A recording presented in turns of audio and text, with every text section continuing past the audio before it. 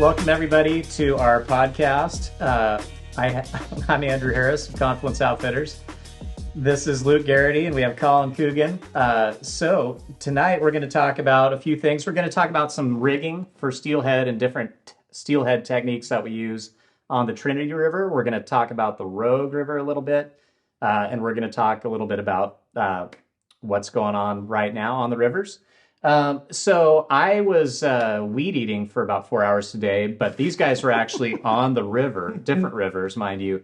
So let's start with Colin. You went fishing today, right? Yeah. You went guiding today. Yep, I went working today on the river. Yeah, we were up on the upper Sac today, enjoying some fall conditions up there. Mm-hmm. It was a fun day. Morning fish pretty good.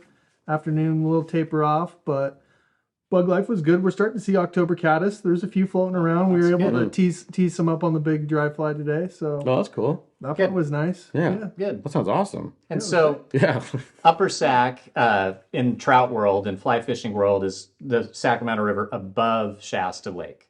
And so that's still pretty vague because that's about 35 miles of water. A lot of great access in there. Colin knows it really well. And so it sounds like some nymphing, some dry fly today. Yeah, we kind of covered it all. Good. You know, started in the morning fishing the bobbers, and then went to dry flies, and then started kind of working around using the Euro. My client today expressed first thing out of the morning when I shook his hand that he really wanted to learn how to Euro nymph throughout the day. So we definitely incorporated that, and I think we had action on every single method. Yeah, oh, that's cool. Which was nice.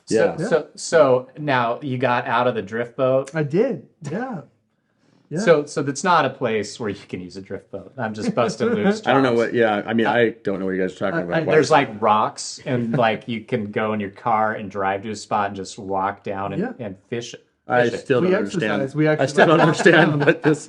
Hey, actually, I should mention for those listening, Colin and I we went up to the Upper Sac about maybe not quite 2 months ago, and did a bunch of film, and you talked about the different riggings for your system too. So for anybody who's interested in how you do Euro, dry fly, indicator, I think we have one more video that's going to come out this week. I feel like, because we did 2 of them, but you can watch those and see exactly how you do it. I got to watch you because I was Mr. Film that day, and you did use every methodology and caught a fish doing it all. So yeah, that's pretty cool.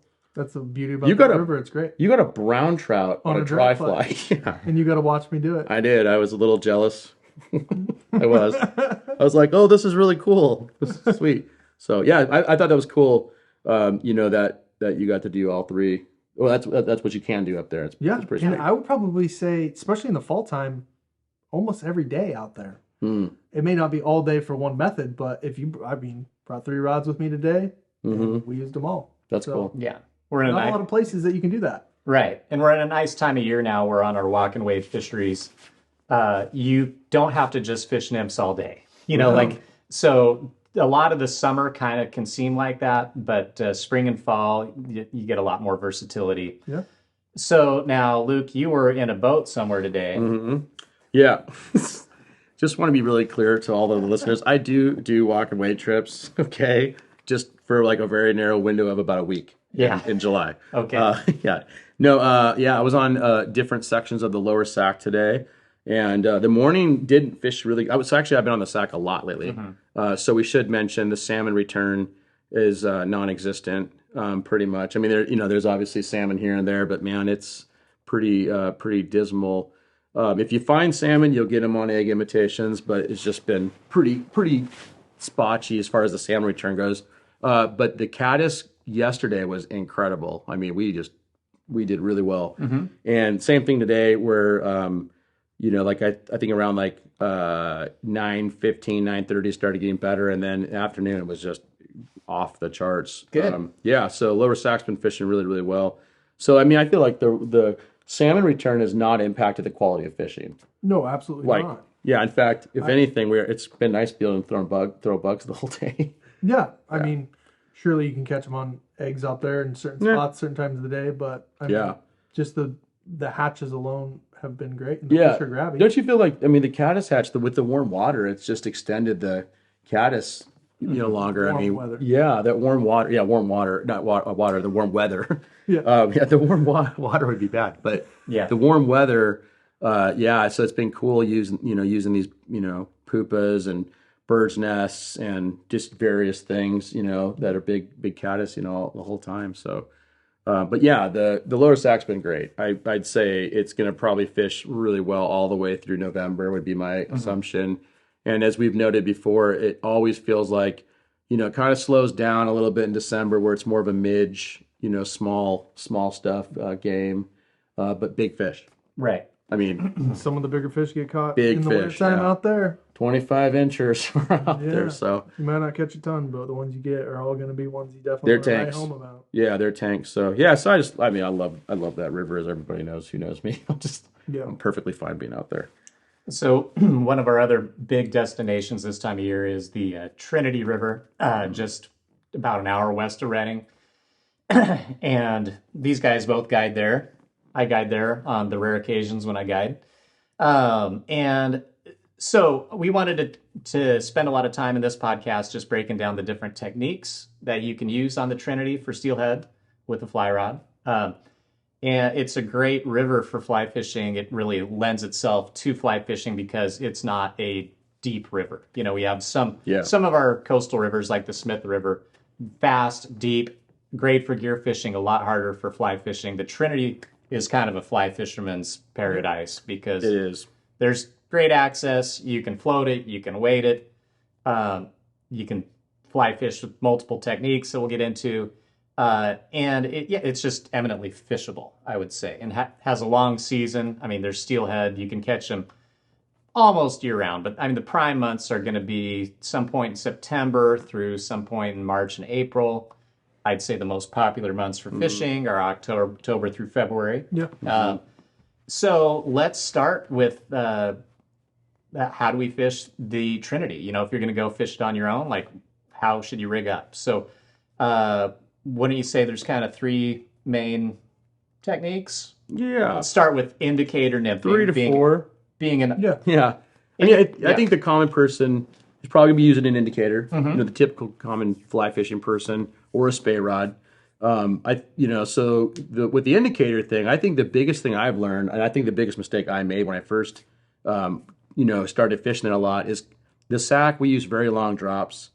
On the Trinity, I think for a long time, I had just too long of a drop. I was, from my bobber to my weights, I was using 7 feet pretty regularly. And oftentimes that's just too much, Yeah. So I think, and you move your indicator around now, don't you? You're so sliding it. on the Trinity, you could step into a spot where you could catch a fish in like 18 inches of water. Yeah. And then, an hour later, you could hike upstream and be in a spot where the fish are going to be down on the bottom 5-6 feet deep. Yeah. So it is important if you're going to rig up with the nymph and indicator setup that I think it's really nice to have an adjustable height indicator rig. I feel like that's a big part of my day is adjusting. I mean, I feel like you adjust a fair amount too. I feel like I do it every single spot. The only river I adjust on. Yeah. Right. Oh, really? Oh, you're the Yeah. you heathens. Yeah. So that so the indicator is probably the most common. Multiple fly rigs, weight wise, anywhere from maybe a 3/0, sometimes maybe a BB, but a BB and a 3/0 is pretty. Wouldn't you say pretty standard for a lot of places? Yeah, That also kind depends, of when I started really paying attention to getting better out there. I mean, someone told me pretty early on the difference of catching one fish or fair amount of fish is 1 BB in 3 inches. Yeah, and I really took that to heart out there. Yeah. Really making sure when I work runs and go through them thoroughly that I am playing a little bit with depth. And literally sometimes the difference is 1 BB. Yeah, it's crazy. Up or down. Yeah. More weight, little Totally. less weight. And then the more you fish that river, you can kind of learn, okay, at, skinny water 300 or, big water 1,000, in You're this doing particular big run, yeah. Okay, this is a 2 BB spot or a 3/0 spot or whatever your weight, whatever kind of weights you personally use, you'll kind of learn how to adjust it. But Yeah. like these guys are saying, I'm right there with them as it's a river that is not a set it and forget it, playing with your depth and your weight out there will make the difference whether you're going to catch a fish or not. Yeah. And I feel like from the boat, I don't have to use as much weight as like when I'm wade fishing. Is that, would you guys agree? Yeah. Like I might be fishing like 2 BBs if I'm wade fishing a spot versus drifting from the boat. Yeah. I don't know. I don't know if you're just getting a better drift where it drops faster or what, but I just tend to, I mean, I feel like I'm normally, probably compared to most people, I'm using a lot more weight than people generally. I just don't know why. But yeah, I do think that's accurate though.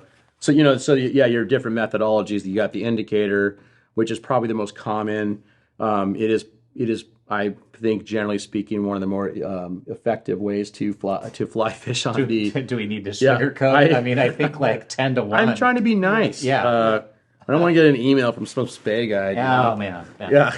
Well, don't worry. We'll get to the Spey stuff. Yeah. So the indicator, so I definitely think the more that you fish it, the more that you're adjusting, you're going to, find more success, learning to read the water. Because the thing about the Trinity is a lot of the year it's crystal clear, right? Gen clear. You'll be like, oh, it's only 3 or 4 feet here, but it's like 7 or 8, It's deceiving. We've gotten out of the boat and seen people get out of our boats and spots in my mind that you look at it and you go, oh, that's 2 feet, and then they're up to their their shoulders. Yeah. So then that makes you realize why when we're talking about it's a difference of 1 BB or 3 BB. Totally, yeah. It's because it's deceiving in some of the runs of how deep it actually is. Yeah, or how shallow. And really, that's the only, because we're on the river a lot, when it gets colored up, that's the only reason why we're able to like sometimes get them, right? Because we like know, we're going to need this much depth or whatever here, just because we've fallen in there when it was crystal clear, Yeah, Luke's literally fallen. Yeah. So I would like to say I've been thrown. Yeah. Some people hit rocks intentionally, I think, but yeah. So anyway, the indicator thing is, as far as flies go, pretty much always have a rubber legs on for me or some type of a stone fly. Egg patterns work really good, and then mayflies. They like red copper johns. Yeah, red copper johns. Yeah. I mean, so basically, rubber legs. Flies. And then trout nymphs. Yeah, like size basically 12, flies. 14 trout nymphs. I think there are times when it gets a little more technical, but I'd say that 90% of it is very basic on fly selection. Yeah, I feel like if it's more about the presentation and the drift, I feel like, where if you get the flies in front of a steelhead and they're presented well, you're going to have a good shot at hooking those fish. Yeah, 100%. Yeah.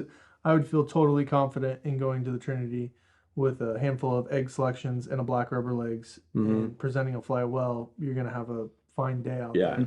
Yeah. Under few circumstances than it does, like Andrew was saying, gets a little more on the technical side. Yeah. I think as the season progresses, they definitely start keying in a little bit more on if we don't get rain, crystal clear, and it's getting a lot of pressure, then it becomes more like you got to bring more. It's more about the how, less about the what. Yeah, that's right. Yeah. So that's the indicator stuff. Well, you want to talk about Spey? but I think we need to go into a little more detail. Oh, first. On this. What else do you want to talk about? So, like indicator. The actual rigging of it.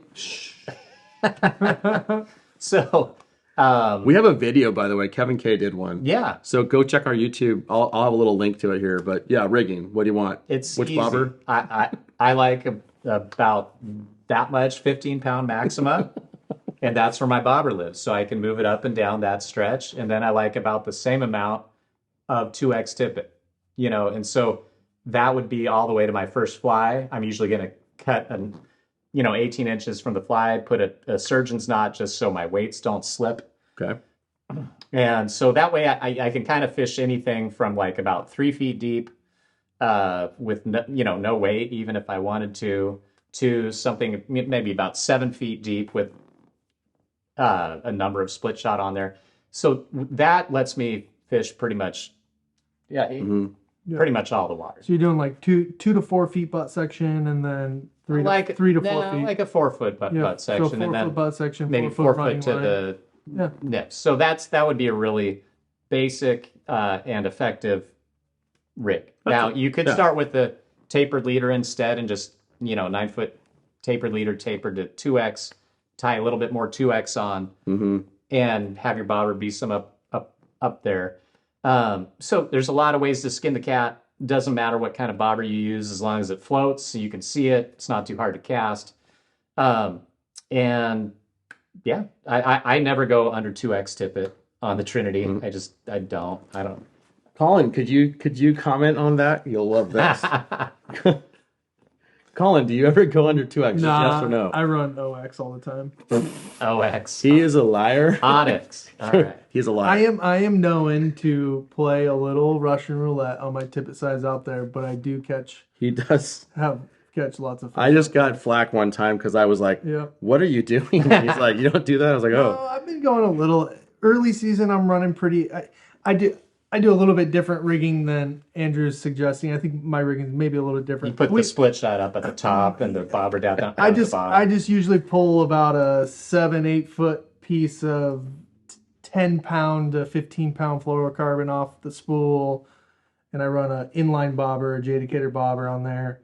Then I run a micro swivel at the bottom of that leader, and then I have max Micro swivel, good job. I run so I have max adjustability. I can literally drop my bobber down to 0 inches all the way out to 7 feet if I need to. Most of the time it lives in that 3 to 5 foot range. Yeah. And then, my bugs below that. But yeah, I am known to kind of run on the little bit lighter side. I've kind of steered away from that a little bit, but I think it definitely does make... Too many people cried It when they lost fish. We have the thing is though, I have seen him get him on 4X, and I'm like, have never lost fish due to the poundage. It is always the person. that's what he Oh, I see. that's what he tells his guests. I get it. He's like, no, that was not the curly cue at the very end of your line. That is totally No. I'll run like 3x to my bugs. Yeah. That's about as light as I'm Yeah, going. so I mean, I'm about the same. I'm never really below that. It's my running line that people sometimes, mostly guides, harass me that I run a pretty light running line, but I like the sink rate. I can get away with running no it's true. no weight with the running sink rate's good. 2x running line fluorocarbon and run that thing super shallow through stuff, and you're just getting max sink rate. yeah. So everyone's a little bit different the way they do it, but yeah, it's not advisable to be fishing to your bugs anything lighter than 3x out there. You legitimately can't hook a fish of a lifetime on that river. That's just it. Yeah. Now, if it's me fishing, it's okay if I lose a fish, but I try to set my clients up for success. Yeah. That sounds right. So you guys are describing the indicator setup. So butt sections, you can slide up and down. You can adjust your bobbers pretty well. Then you either use a blood knot. If you don't, you go one of those micro swivels, and then I like the micro swivel between the butt section and the. Yep. Yeah, I've seen that. Yeah, on yours. Yeah. And then so your weights, so they can't slide down, are going to hit either a micro swivel or a knot. Yep. And then from there, 16 inches to your fly, first fly, second fly. If you're real rambunctious, you might do 3. Never 3. Never 3. Not on the Trinity. Everywhere else, we'll run 3 under a bobber, not out there. I will only let people. They have to earn the third fly. That's my. And The third fly the for right me, can be revoked. It can be revoked. the third fly out there, because once you're running from your shot to that third point fly, man, it's hard to control depth. Far away. Oh It yeah. really is, especially when like There's only certain spots actually I will. When it's only 3 feet deep anyway. Yeah. Just too much stuff going on, and I haven't found it to actually catch more fish running 3 out there. That's 2 what is plenty. I feel there's a couple spots where I'll do it just because I want to have that third, but I think 2 is pretty much common. Yeah. I heard you ran 4 beads out there. But... You only run 4 No, or me? I heard you ran Well, 4. it's actually 8, but they were all But just one hook. one hook. One hook though. 8, yeah. No problem. I will take all that all day. Okay, so that covers our indicator I pretty think we well. covered You've given that. them all the secrets. Yeah. I was trying to avoid that. Thanks a lot. You have no need for him. Yeah. You don't need us now. So then let's talk about Spey. Yeah. So Spey is actually very fun. Your arms aren't going to fall off at the end of the day. Getting a fish on a swung fly is pretty incredible. It's the Steelhead classic, thing. What's your typical rod choice over there? What size rod? A 5 weight. Okay. Yeah. I mean, for the Trinity, unless we're in the winter and water's up, a 5 or 6 weight is plenty. I mean, there are places where I take a trout Spey, 4 weight. Yeah. The Trinity River's not a really huge wide river, so like you can reach everything you need to reach with a nice 5 weight Spey rod. Those are typically going to be around 12 feet in length. And you can land a 10-pound fish on a 5-weight Spey rod. So you're going to be set up for success. So 5 and 6-weight rods. Now we do fish there in the winter when the river is higher, and there are times when you want a 7-weight rod with a Skagit line set up with a fast sinking tip and a heavy fly for sure. But I think most of the fishing we do on the Trinity is when it's more in the low and clear kind of zone, and so the 5-weight's kind of perfect for most of this season, right? Yeah, I think so, and especially the farther upriver you go, the less it's affected by higher flows from tributaries, creeks, and So you might be able to get away with a 5-weight up above Douglas City, but 20 miles downriver, you may want that 6 or 7-weight. So a lot of it depends on the flows. That's kind of what I found. Like I used my 6-weights more down around Weaverville than I have up top, because I always feel like up top I'm like it's just too much too, because I'm throwing in the trees most of the time. It's like, oh man. And I'm just going to chime in just in case people don't quite understand that. So typically, at least how I've always done it is, it's just like picking the size of the rod is really for how deep you're going to be fishing, said as far as sink tip goes, right? Because if you don't want to be bringing a 3-weight trout Spey rod when you're trying to throw T17. It just won't work. So it's not necessarily, you're pairing how deep you're fishing and the type of water with the weight of your rod. And I think also too, like from what I gathered with my limited Spey, is a 5-weight is the equivalent of a 7-weight single hand. Like they're basically two rods. So like the size of the fish that you can handle and the tip that you can throw, right? Because if you're throwing a big heavy sink tip plus a big fly, for example, it's going to be hard to turn it over with your snap tee or your double Spey. I absolutely love fishing like a 7-weight 11-foot, or like a 7-weight 11-foot, just punchy little stout rod on the Trinity, especially in high water. That's like probably one of my favorite stuff out there. I have a 7-weight. It's a Sage X switch rod. And it is like perfect for the Trinity. It's you can throw anything over there. Throw a heavy tip. And so if I'm even throwing that, or I'm using my 4-weight trout Spey. I just love that rod. That's pretty much my selection. That's it. 4-weight or 7-weight. And if I bring my 6s, I'm like, I love those 2 rods. So what kind of flies? So tip wise is all going to depend on flows, depth. Right. So in low water, oftentimes we're just fishing a total floating line with a long leader and a traditional steelhead fly. So to get down deeper, basically we're just going to start with a sinking leader and maybe a little bit heavier weighted fly. And then if that's not quite cutting it, if we feel like we're not getting down, then we might need to go to like an actual real sink tip instead of a sinking leader. So like, if we're doing the Skagit lines, there's the Mo tips, which come in a lot of different configurations, but they're basically 10-foot tips. The whole thing might sink, or maybe just the front half, but they're T8 or T11 or even heavier. So you can use those, and those will get your fly down quite a bit. And then, even heavier weighted flies to really get down. In October, November, December, a lot of the fishing is really close to the surface. Or even on the surface. The fish are a little bit more aggressive and are willing to chase, I think, in the earlier season, right? And then, as we get more into the winter, fishing probably a half and half Mo tip, which is just a 5 feet floating, 5 feet sinking with a heavier fly, or even just a full 10-foot sinking Mo tip. That's really common. Okay, that makes sense. And so with your tips are always based off of the depth and the flow, the flows, fly selection. My experience on Trinity, I feel like I do a lot better with smaller, sparser stuff than the big, I guess a lot of stuff I use in Alaska or whatever. I'm like assassins work really well. Smaller egg sucking leeches, little hobos, things like that. Green butt skunks. I like the smaller egg sucking leeches, stuff like that. That seems to always work for me on the Trinity, even in the clear water. I don't think the fly selection is hugely important. Just the size is more of you just want to make sure you're turning over your presentation, and that's probably the most important. Yeah, it's like, well, Mr. Your business partner Gino. That's he always, whenever I'm like, oh, I just don't think that was a great cast. He's like, as long as the flies, straighten out and tight. He's always kind of been encouraging to me. Just as long as you're in the game. That is very important. Yeah, which I think that's the cool thing about swinging flies is that even if you're not because look at Brian Coleman's cast. I'm like, man, he can cast a Spey rod really well.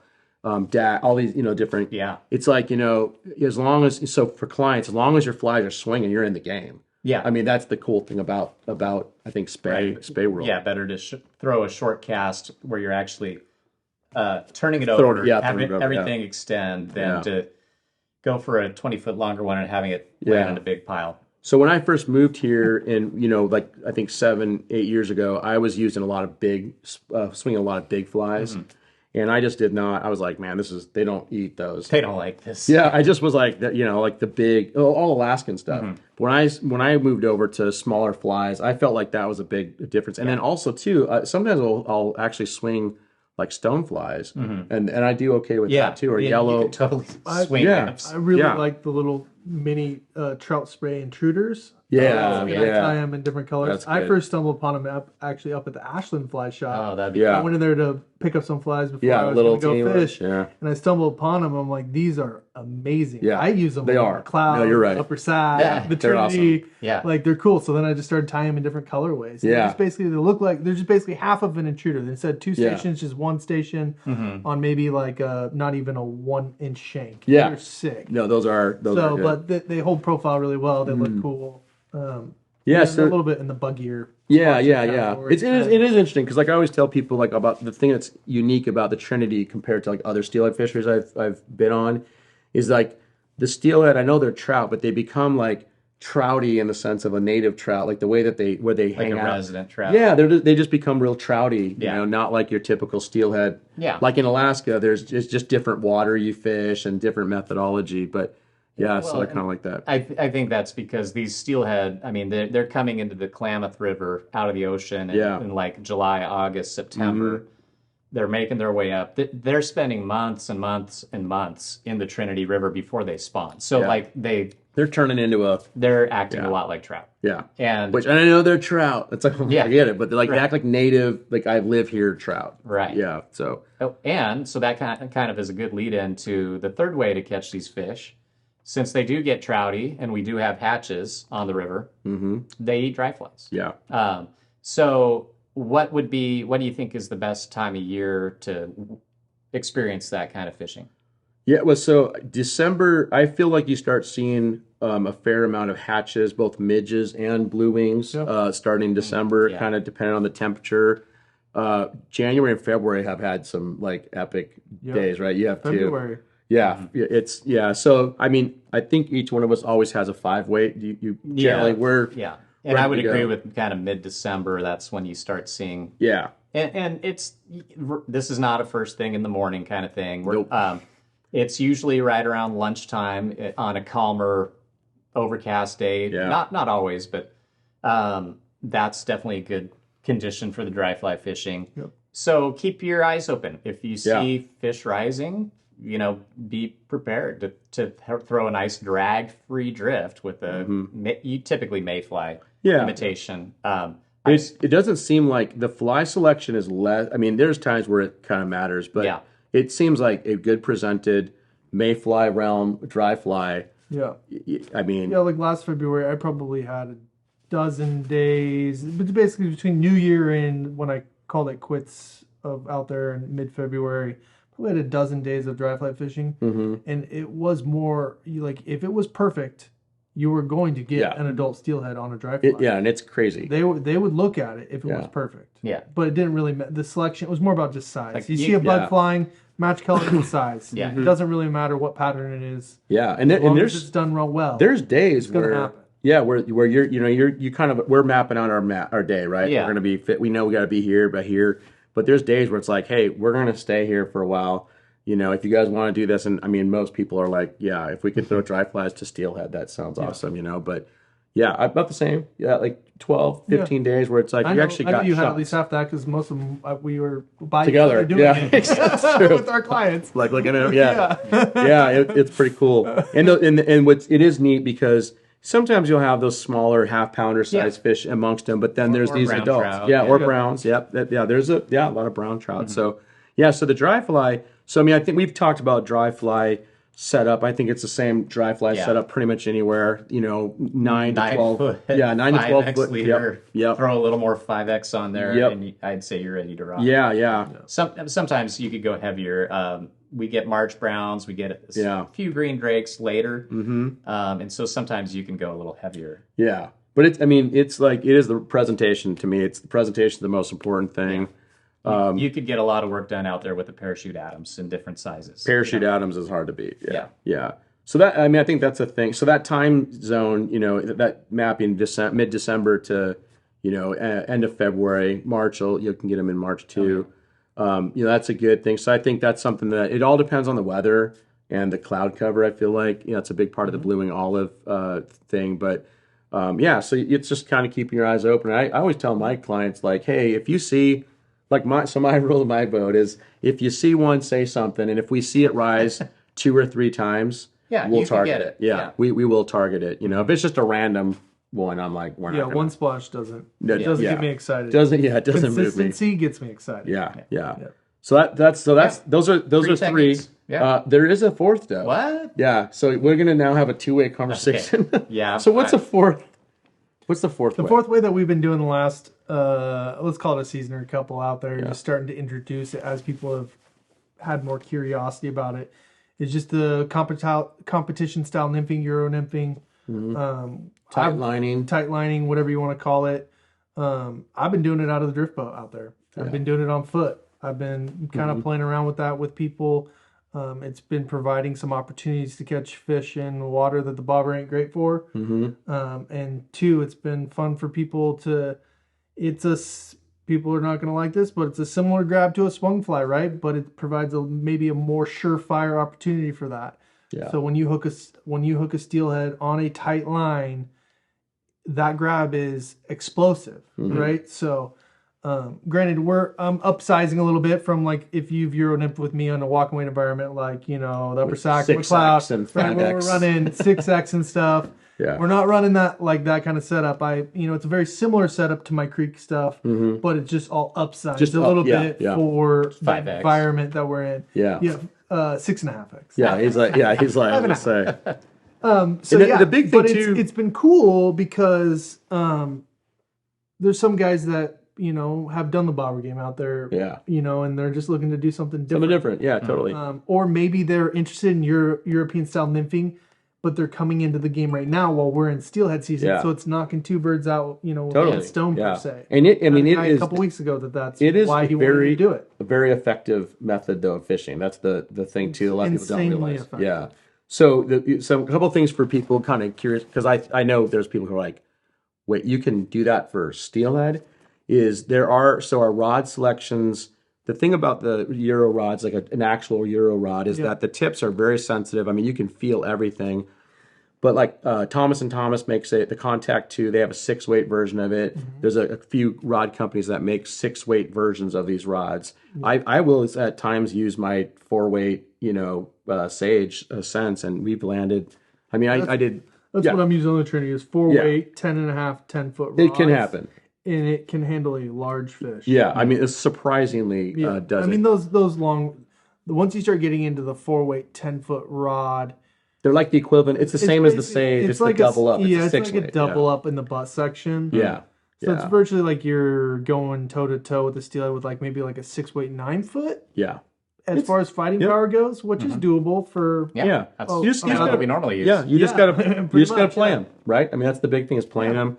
But I think the thing that I'd say for anybody who's interested in doing that, like you and I have kind of dialed in the rigging, we can help you get into that. And it is very fun. It is deadly. It can be deadly. There's certain spots where it's the only way to get the fish. I mean, to be honest, we're able to get fish out of spots that I never were. I knew they would be there. Yeah, totally. But there's no way a bobber was getting it. Right. There was no way flies presented under a bobber were going to get into the holding spot. Right. Just not And we're happening. being able to get it up and in and instantly in the go zone Yeah. has made it possible. Yeah. It's increased if you're willing to learn and go through kind of that little curve.